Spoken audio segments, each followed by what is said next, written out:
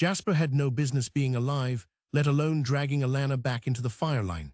His coat was still singed from the last time, the pads of his paws wrapped in gauze just hours ago.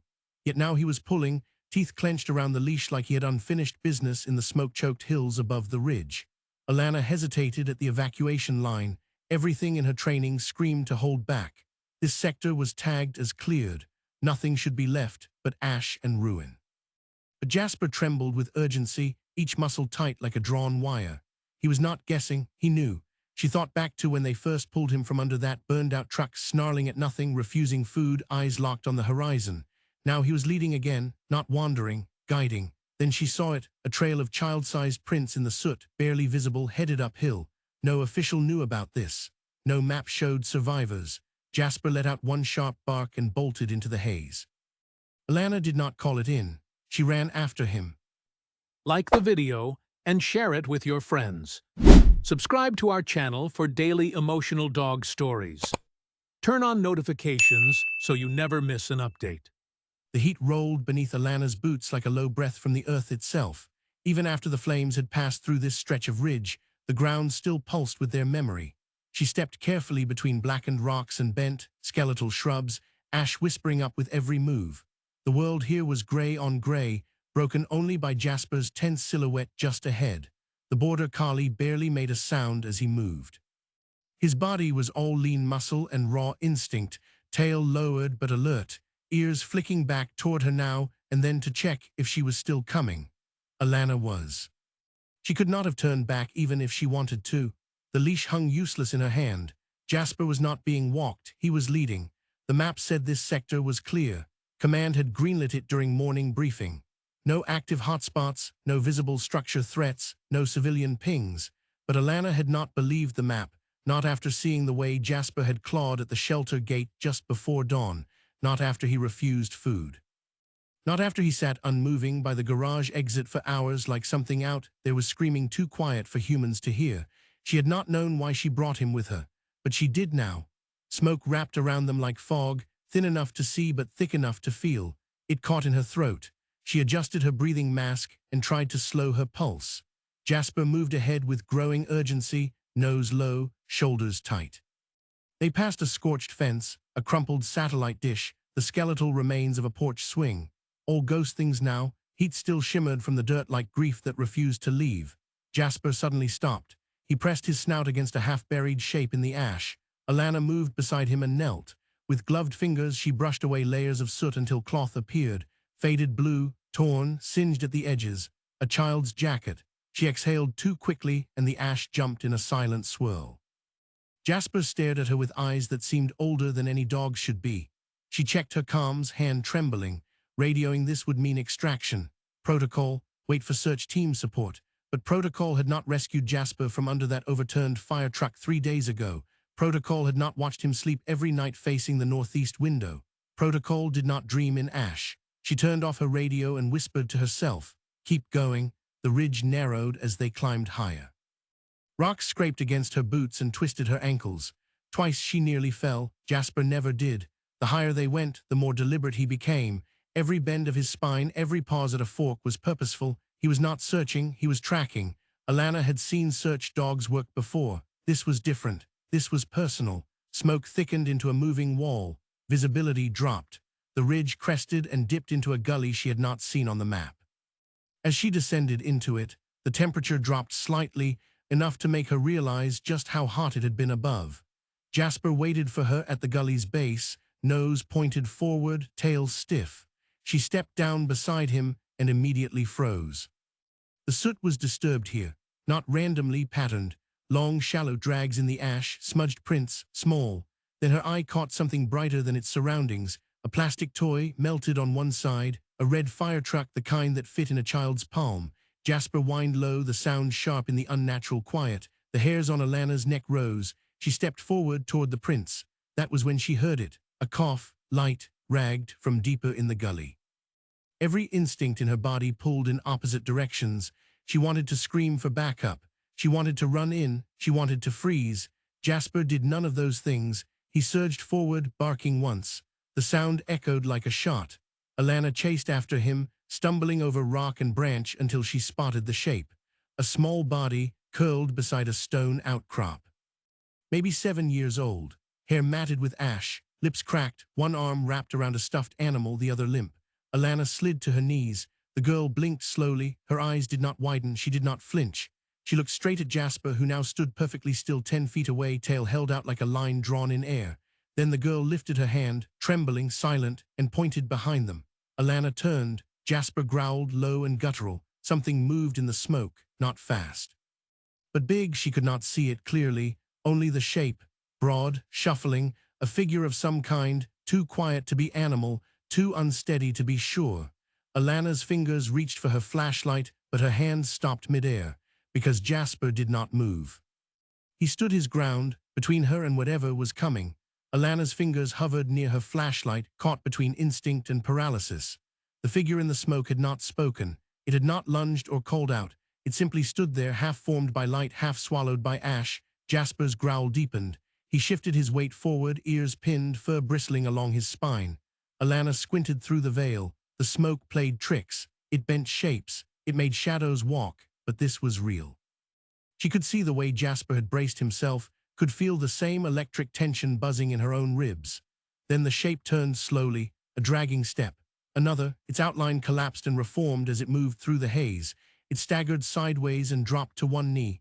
Alana exhaled sharply. It was not a threat. It was a man. She moved quickly, pulling Jasper back by the harness. The dog resisted for only a second, then relented, posture still guarded but not aggressive.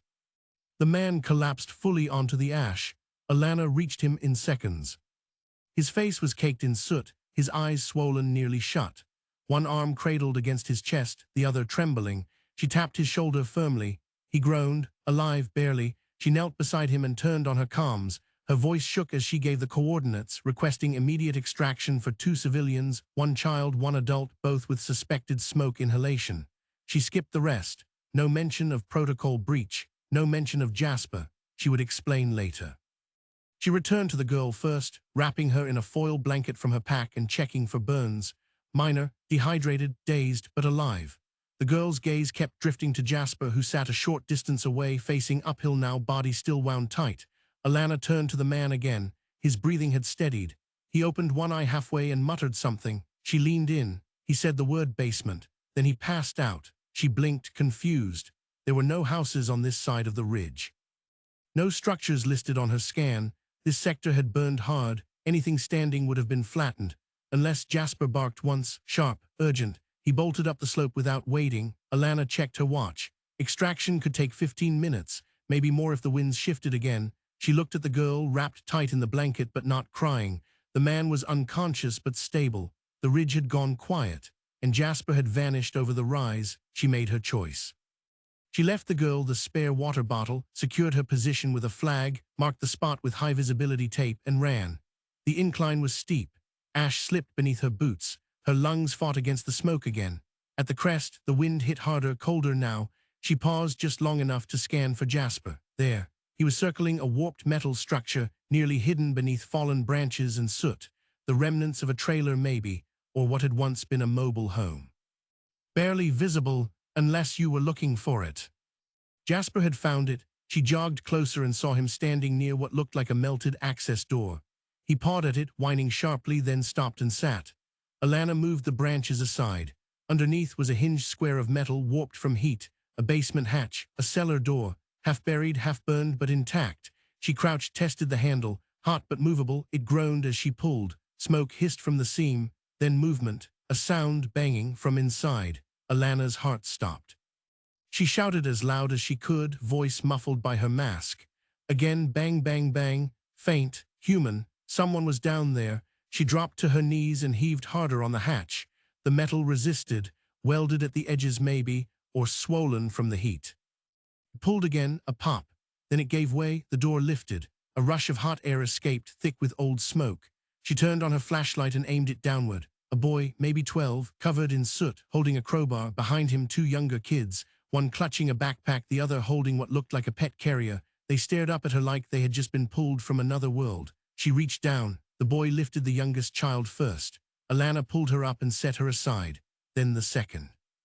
Finally, the boy himself. They emerged like shadows returning to the living. Alana pulled them in close, one arm around each as she turned to check the horizon. Still no sign of fire, but the smoke was shifting again. Jasper circled them once, then stopped near the youngest child and licked her face. She laughed, a thin, rasping sound, and clutched his neck like she had known him forever. Alana's calm crackled. Extraction team en route. ETA 5 minutes. She answered with steady voice, counting heads. 5 civilians now, but Jasper was not done. He looked past the hatch, past the wreckage. He sniffed the air and began to walk again. Alana rose slowly. She called to him. He paused, but only briefly. Then he trotted forward, slipping into the smoke once more. The extraction chopper cut across the sky like a blade through cloud, its low hum sending vibrations through the ash below. Alana signaled with her torch, guiding the medics toward the cluster of survivors she had flagged earlier. The children clung to each other under thermal blankets, their faces hollow with exhaustion but no longer vacant. The man remained unconscious, but his breathing had stabilized. The girl, the first one Jasper had led her to, watch the sky without blinking. Her fingers gripped the stuffed rabbit she had not released since the gully. Alana crouched to speak with the eldest boy. He looked no older than 12, but moved with the presence of someone twice that. She asked about the others, how long they had been hiding, how they ended up beneath the trailer, how they had stayed alive. He answered in fragments. The fire had come faster than anyone thought. Their mother had left to get help. Days ago, maybe more, they had taken shelter where they could. The hatch had locked from the outside when it slammed shut. No phone, no food after the first day. The boy had kept them quiet, told them to be brave, told them someone would come. She did not ask how he knew that, because she already knew the answer. Jasper had known. She turned to scan the ridge again, but he was gone, not far, she was sure of that, but he had not returned with her. He had paused just long enough to look back at the children. Then he had vanished into the smoke like a thread being pulled. Alana checked her watch. The winds were shifting. Fast. The command team had confirmed this ridge would flare again within the hour. The survivors needed to be airlifted immediately. She radioed in and stayed beside the kids until the medics reached them. She helped load the girl first, then the man, then the boy and his siblings. Each one looked back once. At her, at the ridge, at the empty space where Jasper had stood. Then the blades lifted them into the sky. The moment the rotor wash cleared, Alana turned and ran back into the smoke. Her lungs screamed. Her legs threatened collapse. But the memory of Jasper's face, his stare that never wavered, the way his body pulled forward like a compass dragged by fate, kept her moving. She crossed the gully, climbed back to the trailer wreck, searched the ash for paw prints. They were there, heading west, downhill. She followed them. The smoke thickened again, then thinned as the terrain changed. Brush gave way to rock. Charcoal gave way to loam. The burn zone ended near an outcropping of trees untouched by flame. A natural fire break, dense with overgrowth, impossible to see through. She hesitated. Then Jasper barked. It came from beyond the trees. One bark, short, not panicked, but not patient either. Alana pushed through branches slick with soot and sap. The path narrowed between 2 boulders, forming a sort of gateway into something cooler, darker, a shallow ravine. Inside, it smelled of wet earth and old fire. A natural basin carved by time, protected by stone and shadow. Here the fire had passed above, missing the floor entirely. And in the center movement, Jasper. He stood over something. Alana approached, boots sinking into soft moss coated in ash. She crouched slowly, whispering his name. He did not move. She stepped closer and saw what he was guarding. A figure, another adult. A woman, pinned beneath a fallen beam that must have collapsed days ago. Her eyes were open but unfocused. Her face streaked with soot and blood. She was alive but fading. Alana dropped beside her, checking vitals. Weak pulse, shallow breathing. Conscious but close to shock. The woman tried to speak. Alana leaned in. The woman said one word. My kids. Alana felt her throat close. This was their mother. Jasper had not just saved the children. He had found the missing piece of their family. Alana radioed in immediately. Coordinates, medical urgency. One adult, pinned, conscious, dehydrated with probable crush injuries. She gave the details fast and clear, years of training locked into her voice. Then she turned back to the woman. She took her hand. Help is coming, she said quietly. She turned to Jasper, who now sat at the woman's side, body calm, eyes fixed on the path behind them. He was waiting for the next sound, the next need, the next life. But before Alana could speak again, a low groan echoed from above. The rock wall behind them shifted. A tremor, then another. The fallen beam rattled slightly. Alana's eyes widened. She scanned the treetops. Wind, the gusts had returned. And this ravine, sheltered though it was, rested beneath a shelf of unstable terrain. A burned-out ridgetop, fragile, fractured, one strong gust could bring the whole edge down on top of them. Alana looked at Jasper. He looked up too, then he moved, not away, toward the sound, toward the unstable ledge, and started climbing. Jasper's paws moved with urgency but not panic. His body coiled upward over crumbled stone and splintered wood, angling toward the ridge above like he knew what waited there. Alana stood frozen for a half-second, caught between awe and fear. Then her boots pounded the earth, trailing behind him as branches snapped underfoot and grit poured down the slope in small avalanches. The shelf above groaned again, not loud but deep, like something ancient shifting in its sleep. Rocks the size of helmets tumbled loose and skipped past her ankles. Alana flinched but did not stop. Every instinct screamed that time was short, but Jasper never once looked back. He climbed like a soldier on mission, his limbs sure even as the soil crumbled beneath him. The air up here was hotter again. Smoke returned in waves, rising from distant hotspots, rekindled by the new winds. Ash floated like snow in the dimming light. Alana reached the ledge just as Jasper stopped at a narrow split in the ridge. There, hidden behind a jagged outcrop of stone, was a crevice wide enough to crawl through. Jasper pawed at it, then backed away. He looked at Alana once, then he barked short, twice. She dropped to her knees and peered inside. There was movement, slow, unsteady, a figure inside the crawl space, older, male, coated in soot. One arm braced against the inner wall, the other held to his chest. He was trapped. Alana called out to him. He responded with a groan, still alive. She looked at the rocks stacked above the crevice. Any wrong pressure could cause them to fall inward. Jasper seemed to know this. He stayed perfectly still, muscles locked, eyes fixed on the top ridge. Alana reached slowly inside the crevice and coaxed the man toward her. His legs moved sluggishly. He coughed hard, nearly collapsing. She whispered steady words to him as she reached under his arms and pulled.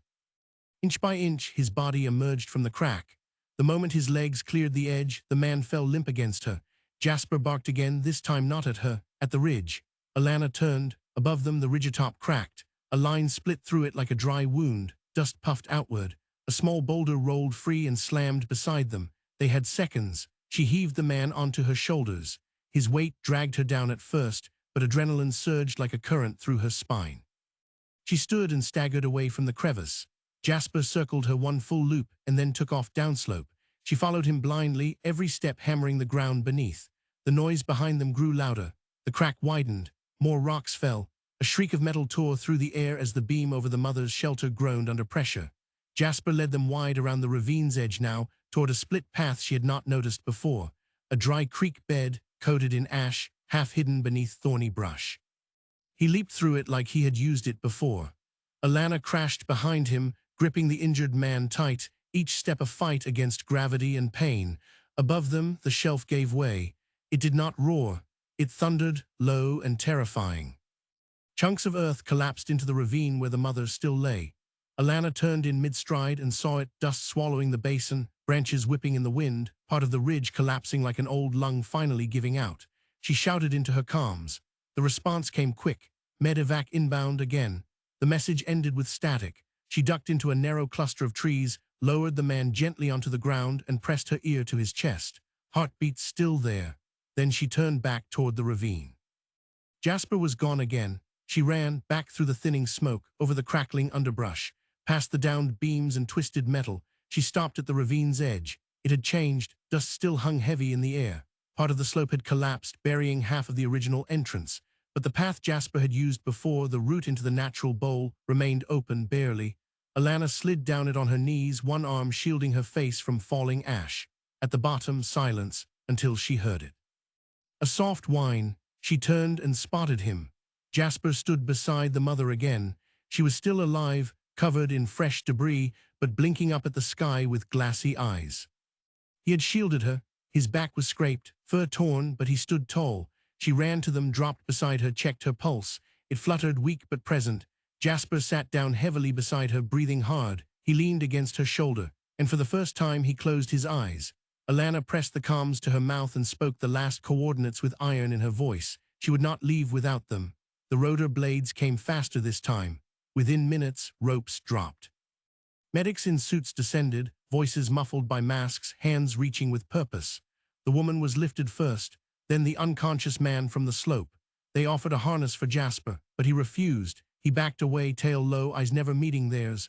Alana stepped in. She crouched and whispered his name. He came to her. She clipped the harness gently around his chest and whispered something no one else could hear. The medics nodded, and the two of them rose together into the ash-lit sky. But as the chopper lifted higher, Alana looked down one last time and saw something in the ash below. Not people, tracks. A second set of dog prints, not from Jasper, larger, heading deeper into the smoke. Jasper saw them too, and let out a low, questioning whine. The sky above the fireline turned amber as the last light of day struggled through the smoke. From the helicopter's open side hatch, Alana watched the fractured ridge disappear below them. Medics moved around her, checking vitals, shouting statuses over the rotor wash. But all her focus was on Jasper. He sat at her feet, swaying slightly with the motion of the aircraft, eyes fixed on the window. His coat was streaked with soot. Fresh bandages wrapped his left hind leg and shoulder, yet he held his head high. His ears twitched with each burst of radio chatter, but he never looked away from the ridge. The moment she had clipped the harness around his chest, she knew he had climbed that last slope only for her, not because he was tired, because something was calling him back. Now safe in the chopper, Jasper watched the wilderness fall away beneath them and growled soft and steady. Alana followed his gaze. The second set of paw prints, she had not imagined them. Even now, the image stayed clear in her mind. Wider pads, deeper imprints, tracks that angled in a direction Jasper had not yet gone. She touched his head gently. He leaned into her hand but did not blink. The rescue base was quiet when they landed. The injured were rushed inside. The medics moved fast but calm now, triage already in place. The children were reunited under warm lights. Their mother's stretcher rolled beside them, her eyes fluttering open just long enough to see their faces. Jasper did not follow Alana into the building. He sat just beyond the entry flap, watching the families inside with the stillness of something ancient. His tail twitched once when the little girl ran to her mother's bedside, but he made no move forward. Alana knelt beside him. The heat of his body radiated through her gear. "You saved them," she whispered. "You saved them all." But he did not relax. Instead, he turned his head back toward the smoke line, toward the tracks, toward the ridge. 2 days passed. The fires were finally controlled.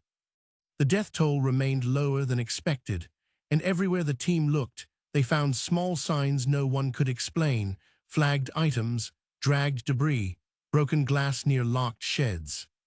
Toy trucks pulled clear of burned-out structures. In each case, a survivor nearby, some clinging to life, others barely conscious, but alive. None had seen who or what had helped them. Alana had, or rather Jasper had. She brought it up once during a debrief, half in jest. A second dog, maybe, one they had not registered, could be feral, could be trained, no collar, no prints near major access points, only deep in the smoke, a shadow dog, a ghost. No one laughed. One older medic nodded slowly. "Sometimes they come back," he said. "The ones who never got rescued, they stay behind, waiting." The shelter was full of noise again. Volunteers washed crates, clipped nails, sorted food bags. But Jasper refused the back room. He sat by the side gate every morning, watching the woods beyond the fence. He ate now, he slept, but only in short stretches, and only by the window. Alana stayed close those first few days, hoping he would settle, hoping he would let go of whatever invisible thread still tugged at his chest. But on the 6th morning she found the gate open, not broken, not forced, just unlatched. Jasper was gone. She searched for hours, drove every trail near the ridge, hiked as far as the last known evacuation marker, called until her voice cracked. No prints, no signs, no bark in return. She sat at the edge of the ridge with her radio off and stared into the trees. Then she saw it, at the base of a blackened pine, a collar, not Jasper's, older, faded. Melted slightly at the edge, still fastened, still whole. She picked it up gently. On the inside, scratched into the leather, a name nearly worn away by ash: Scout. She looked into the smoke and whispered the name once, then turned back. Weeks passed, families rebuilt. The children recovered, the mother walked again. The boy wrote letters to the fire team every week asking about Jasper. Alana kept one by her cot, the last one. It read simply, "Do you think he followed the other one?" Sometimes at night, when the smoke returned after rain and the trees creaked in the cold, volunteers swore they heard movement past the fence. Not big, not fast, just steady steps. Too light for a bear, too quiet for a coyote. and only once, someone swore they saw two shapes in the dark, side by side, pausing, watching the shelter lights, then turning and fading into the woods. Dogs truly are the most loyal companions in our lives.